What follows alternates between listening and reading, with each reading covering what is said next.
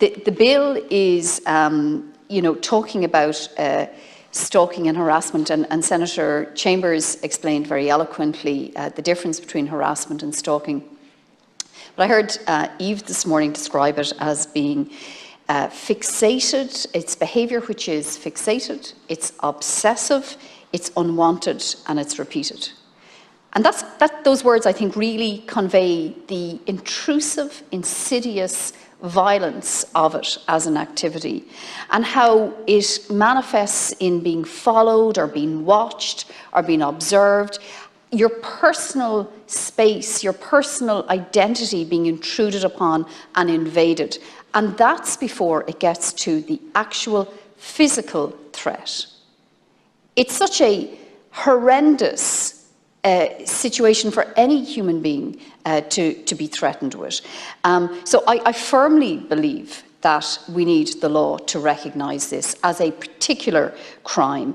It causes alarm and distress, mental and physical, for the victims and for everyone who cares for them and loves them. And for us as a society, we should all be distressed, and we should all want it to be recognised as a crime in our society, in our law.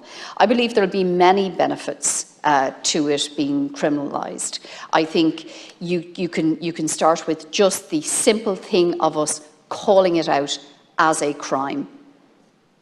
Not something that's hidden, not something to be dismissed, not something to be confused with maybe a little bit of odd behaviour. It's an actual crime. And we need to ensure that in the heart of every community in our country, stalking is a criminal activity.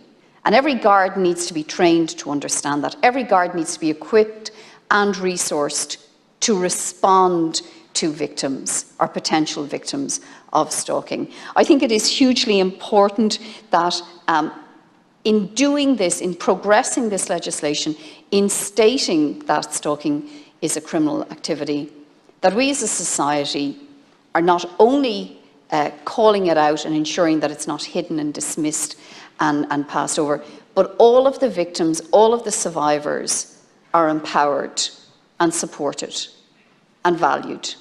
And all those who are charged with enforcing our laws know that this is something that we want to tackle, that we support them, that we resource them, that we train them, and that we will equip them to tackle and criminalise this activity.